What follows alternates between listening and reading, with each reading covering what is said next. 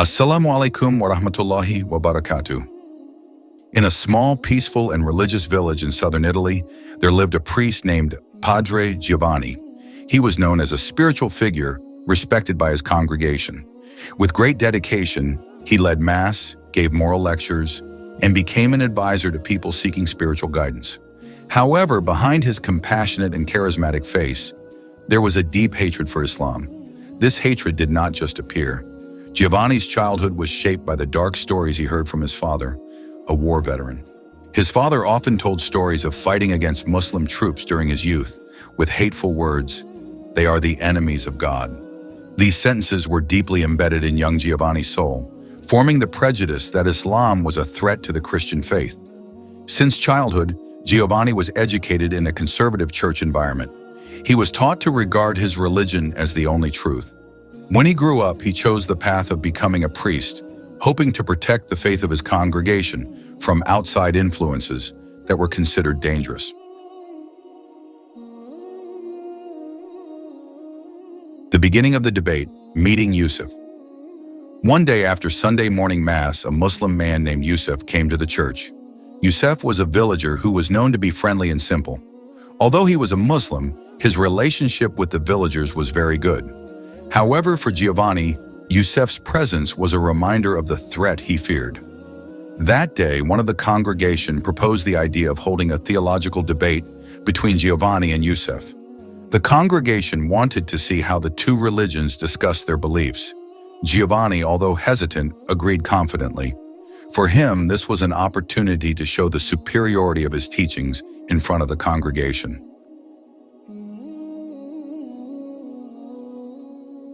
The debate that changed everything. The day of the debate arrived and the church was full of curious congregations. Giovanni stood with dignity, wearing a priest's robe and holding a cross. On the other hand, Yusuf sat quietly with a gentle smile, wearing simple clothes. Giovanni began in a loud tone, "If your religion is true, how could God let Jesus die on the cross? Doesn't that show God's weakness?" Yusuf replied calmly, "We Muslims believe that God is all-powerful and all-protect. In the Quran, God saved Jesus from a humiliating death and raised him to his side. We honor Jesus as one of the greatest prophets, not as God, because God does not need a human form to show his power." This answer shocked the congregation. Some began to think. Giovanni, surprised by Yusuf's calmness, tried to attack again. "How can you call Islam a religion of love when its history is full of wars?" Yusuf smiled. "Every religion has a history of war, including Christianity. But in Islam, God commands us to start with peace. Wars happen because of historical contexts, not because of Islamic teachings. The Prophet Muhammad said, 'Do not harm anyone, even in war. Protect women, children, and innocent people.' Didn't Jesus teach the same thing?" Once again, Yusuf's answer left the congregation speechless. In fact, some began to nod in agreement. Giovanni felt he was losing his footing. As a final attack, Giovanni asked, "How do you explain the many rules in Islam, such as the prohibition of eating pork and the obligation to pray 5 times a day? Isn't that a burden on humans?" Yusuf answered patiently, "Those rules are a form of God's love for his servants, like a father giving advice to his child for his own good. The prohibition on eating pork, for example, is not only a matter of ritual, but also of health. As for the 5 daily prayers, they are our way of maintaining our relationship with the Creator and cleansing our hearts from arrogance. Didn't Jesus also teach us to surrender ourselves completely and worship God with all our hearts?" This answer brought silence to the church. The congregation began to see the depth of Islamic teachings and Yusuf's humility.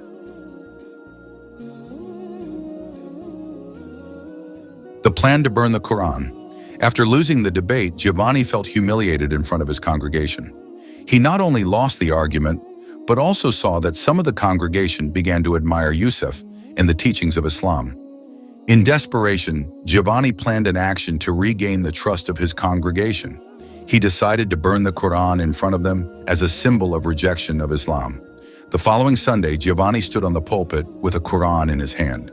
In a loud voice, he said, "Today I will show that teachings that contradict Christ are not worthy of respect." We must protect our faith from misleading influences. Some of the congregation looked confused and uneasy, but no one dared to interrupt. Giovanni lit the altar candles, preparing to burn the holy book. However, before he could do so, a man named Marco, a respected member of the congregation, stood up and shouted, "Father, stop!"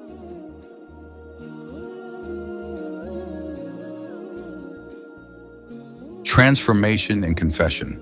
Marco stepped forward, standing between Giovanni and the fire.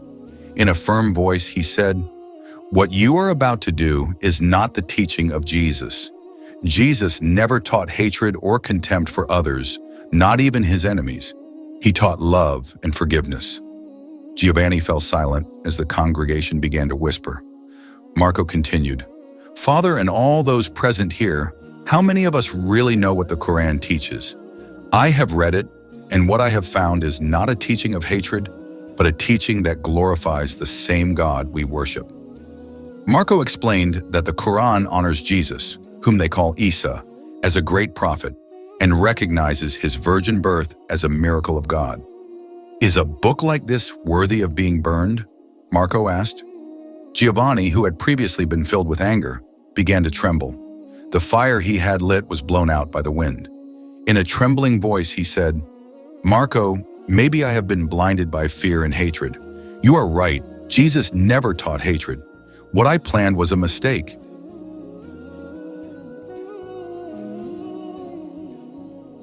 Congregation converts to Islam. After that incident, Giovanni began to study the Quran with an open heart. He discussed it with Yusuf and local clerics. Little by little, he realized that Islam did not contradict the teachings of Jesus, but complemented them. Marco and several other congregants began to adopt the teachings of Islam. They found peace in the teachings of the oneness of God, compassion, and justice. Soon after, Giovanni himself pronounced the Shahada, followed by most of the church congregation. The church was converted into a mosque, becoming a symbol of spiritual transformation and unity between the two faiths. This story is a reminder that dialogue, understanding, and an open heart can transform hatred into love and bring humanity closer to the truth.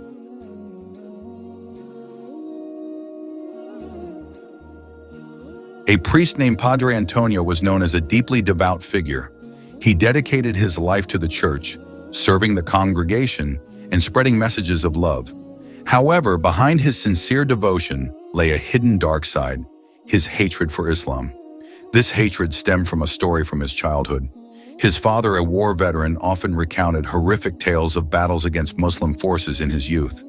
"They are the enemies of God," his father would repeatedly say. Those words were etched into young Antonio's heart, shaping his prejudice that Islam was a religion threatening his faith. In the peaceful village, the church where Padre Antonio served often became the center of theological discussion. One Sunday after the morning mass, a Muslim man named Yusuf, known for his simplicity and friendliness, came to the church. He had long maintained good relations with some villagers, although Padre Antonio often avoided him because of his faith. That day, a churchgoer enthusiastically suggested holding a theological debate between Padre Antonio and Yusuf.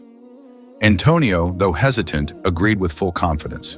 For him, this was an opportunity to enlighten the villagers and demonstrate the superiority of his faith. The church was packed with curious attendees. On one side, Padre Antonio stood in his majestic priestly robes, holding a cross in hand. On the other side, Yusuf sat calmly, dressed simply, with a small, peaceful smile on his face. The debate began with a question from Padre Antonio. In a loud voice, he asked, "If your religion is true, how could Allah allow Jesus to die on the cross? Doesn't that show the weakness of Allah?" Yusuf calmly replied, "We Muslims believe that Allah is all-powerful and all-protecting. The Quran states that Allah saved Jesus from a humiliating death and raised him to himself. We honor Jesus as one of the greatest prophets, not as God, because God does not need a human form to demonstrate his power." This answer stirred murmurs among the congregation, some of whom appeared thoughtful. Padre Antonio was surprised by Yusuf's composure, but tried to attack again. "Then how can you say that Islam is a religion of love when its history is full of wars?" he asked. Yusuf smiled gently. Every religion has a history involving wars, including Christianity. But in Islam, Allah commands us to begin with peace. The wars of the past occurred due to historical context, not because of Islam itself. Prophet Muhammad said, "Do not harm anyone, even in war. Protect women, children, and the innocent." I would ask in return, doesn't Jesus also teach the same?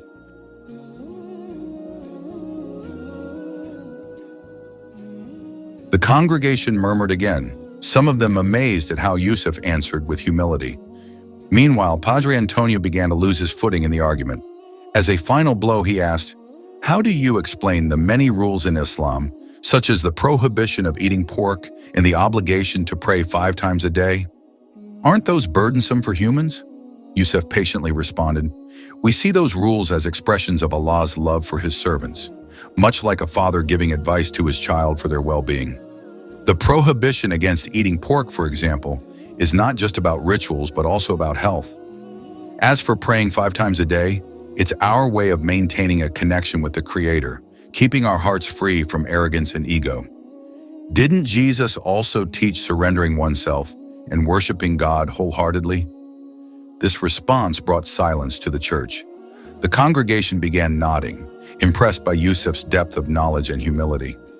Some even started questioning the teachings they had long believed.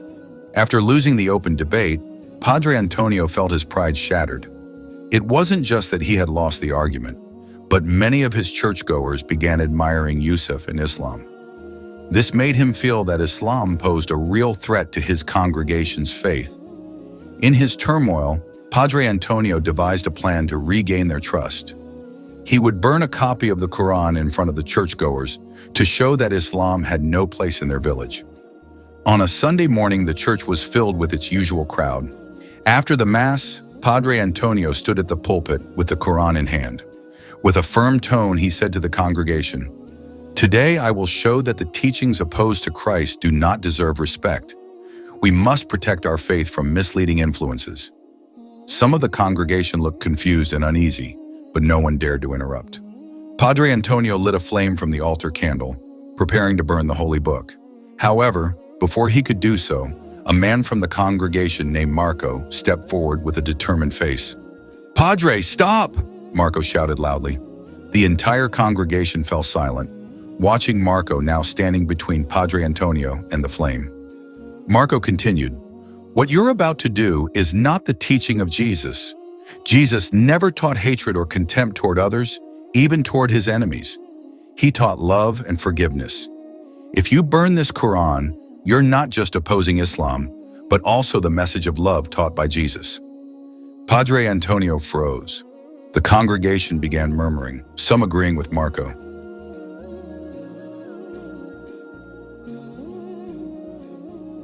Marco wasn't done. "I want to ask you, Padre, and everyone present here," Marco said as he looked at the congregation, "how many of us truly know what the Quran teaches? I've read parts of it, and what I found is not teachings of hatred, but teachings that glorify the same God we worship. The Quran describes Allah as the most merciful and forgiving. It commands its followers to do good to others, just as Jesus taught." Marco paused for a moment, then continued in a softer tone.